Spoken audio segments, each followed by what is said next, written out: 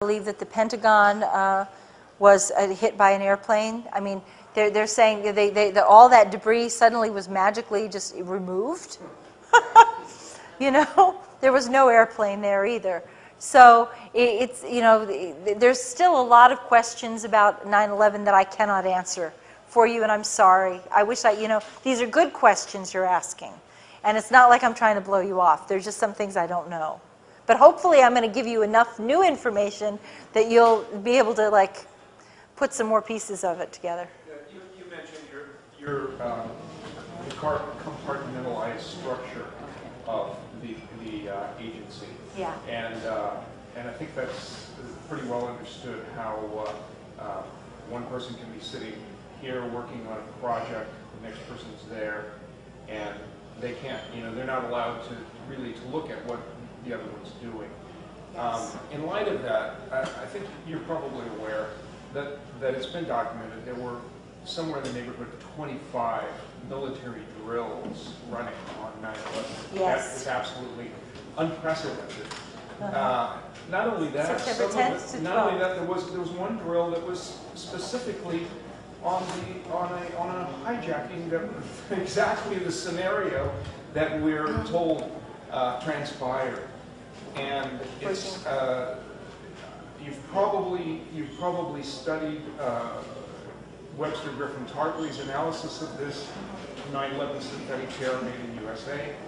How he breaks this down very convincingly, I believe, that the operation was conduited through the drills.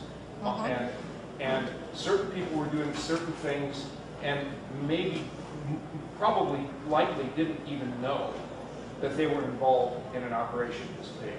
Yes. And couldn't share information because of this compartmentalization.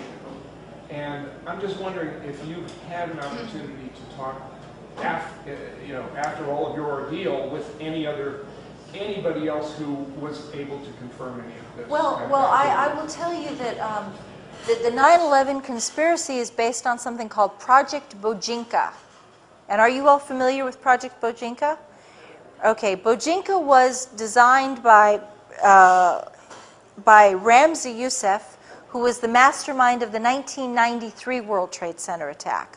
And he conceived that in his grand scheme, 11 airplanes would be hijacked and would strike different targets all over the United States. The World Trade Center would be one, and then they would hit the White House, they'd hit the Justice Department, they'd also hit like Chicago, they'd hit Los Angeles, and throughout the whole country there'd be strikes. And the military discovered this when they found, or the CIA discovered this when they arrested Ramzi Youssef in the Philippines in 1995, and they found the blueprint for this 9/11, what became the 9/11 attack, on his computer. Okay, and he called it Project Bojinka. And at that point, the military began to run simulated counter strategies for what you would do if there was an airplane hijacking scenario that was attacking various targets throughout the United States. And one of the targets was the Pentagon. And then the Pentagon said it was too outrageous that nobody would actually attack the Pentagon this way, so maybe they should drop the Pentagon scenario, so they did.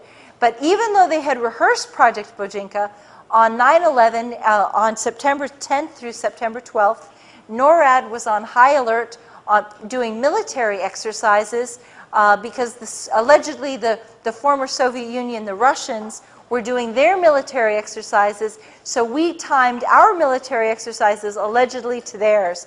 And they were supposed to be on heightened alert just in the course of practice. They were supposed to be on heightened alert for any invasion of sovereignty of airspace, sovereign airspace, on those dates. And yet, even though the military was on high alert, they took no action when the airplanes were hijacked, and they didn't scramble. They didn't do any. They broke all of their own protocols. But weren't they mostly sent up in directions away from the There you go. seaboard? Yeah. Yes. And they sent one jet. They turned one jet around and sent it after one fighter to go track down. They were already on drills, and and exercises that had already taken them out and basically left the eastern seaboard Yes. undefended. And Yes. this is supposed to be the smartest military in the world, right? Yeah, yeah. There you go. Any consequences for anybody for not taking the action that they? And yeah, exactly. Well, it was embarrassment. Well, like, putting someone into prison or something like this. Well, other than me and the guy who was allegedly flying the plane that was involved in the shooting down 93, who they don't want you to know about, who's been who was held in prison for a couple of years at least, and I don't know if he's out or not. I mean, they gave him a real hard time. So, yeah. Susan, could you remind me again what the sanctions were for in Iraq? And two questions. And then I just wanted to get clear about what you were arrested for. Good. The sanctions were on to punish Iraq for allegedly having weapons of mass destruction, and they said that they would keep the sanctions on Iraq until all weapons of mass destruction were confirmed to have been destroyed. Now, it appears that they were actually destroyed by the end of 96 or 97, but the United States was, had an ulterior agenda, which was they were not going to let go of the sanctions until Saddam was out of power. But what had happened was, by the year 2000, while Bill Clinton was still in office, the international loathing for sanctions had become intense. 2 million people had died from sanctions. Between 1.7 million and 2.2 million had died. And the international community was violating the sanctions. The German pilots were and Jordanian pilots were, and actually it was coming from all over Europe. Germany was the first, and they had pilots fly humanitarian supplies over the air through sovereign airspace and land at Baghdad airport, and then a whole bunch of other countries followed suit, and they were all like, we're not going to do this. This is wrong.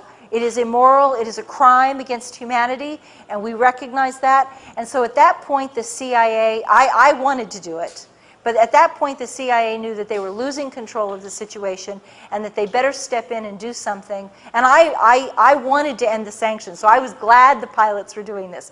But the CIA was very, very expedient. It was politically expedient. They were losing control of the situation. They wanted to take back their power.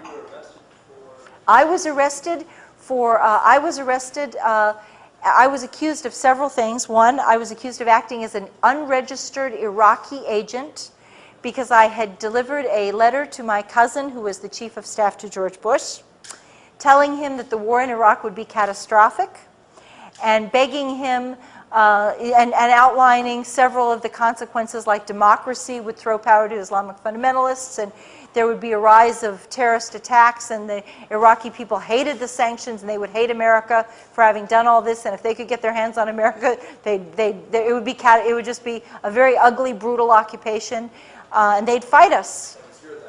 That was my letter. I went to jail for that. And they also accused me of they called it unlawful financial transactions. I was accused, I'm not making this up, of allegedly eating 3 lunches, I'm not making this up, 3 lunches with Iraqi diplomats totaling $92.92. We have the receipts. And they called that a felony. I was accused there were secret charges against me, which we have deduced. We were never allowed to know what they were. See, on the Patriot Act, let me just tell you a little bit, because I think this is a good opportunity to explain. When I was indicted, under the Patriot Act, they're allowed to have secret charges and secret evidence and secret grand jury testimony. This is very much, the Patriot Act is modeled on the pretty much verbatim, in many page upon page, identical to the old communist criminal, let's see, I guess it's the Soviet, let's see, there's a long name for it, the Soviet Criminal Act, which set up the KGB apparatus and allowed people to make accusations against their neighbors without identifying themselves. And it set up the whole Gulag system. And the Patriot Act is modeled on that Soviet law, the Soviet Criminal Act. and it's, you know, almost verbatim to what that is. So, I mean, this is a really scary, scary law. But I was accused of, like, possibly, in the secret charges, one of the, we believe the secret charges was that I received a book from the Iraqis that was a book on depleted uranium, and that was considered classified because if we were to tell American soldiers about the health risks and the rise of cancer rates and birth defects, then it might demoralize American soldiers. Okay? And another thing was is that Saddam's government tried, I'm not making this up, another secret charge was that we believe, well, because I know what I was doing in the periods when of these, like, different, they'd have a date, and I would know approximately what I was doing on that date. And so another one was that the Iraqis tried to give the Bush administration several $100,000 in campaign contributions so that during the presidential election, because they wanted to show that they wanted to be friends with America. And I had reported that to my defense intelligence handler. He was like, holy shit, you got to tell the Iraqis not to do this. You got to make them not do this. And because it reminded them all of the Asian fundraising crisis under Clinton. And he said, don't they watch C-SPAN? Don't they know they're not supposed to do this? And he said, you go back and you tell them that if we find out they gave money to the Republican Party in this campaign, we're going to bomb them. We're going to, you know, but see, at this point, Iraq had been bombed so many times, you couldn't threaten them with bombing anymore because they'd already been attacked. How are you going to, like, impress on people who, oh, you're going to bomb us again? Okay. Sure. You know. So. May rewind to earlier in your talk. 20 minutes. But I just wanted to know how you knew that Muhammad Atta was a CIA asset. That's been very well established. They've admitted that he was a CIA asset. So could you send me to, like, a reference or something so I'd be able to verify that? Can you recommend something? I will find a reference for you and give it to these guys and yeah, sure. I'll get you some references on that. But it has been verified that he was. And he received some military training too. Sorry. So, you know, I look on the audience here. We're pretty old. Do you go to I'm sorry. No, that's okay. I'm sorry. Do you go to universities or high schools, or because, you know, young people can steer things up, you know, and do some major changes, you know? Do you do that, or they say, no, you cannot? Well, actually, I've really just started doing this because my book came out just 6 months ago. And so I've done a lot of radio, and I've done a lot of blogging, and which is more youth, I guess, more younger. I don't know if that's not fair. That's not really fair to say that it's younger people. But I do a lot of radio and a lot of people, a lot of new media stuff.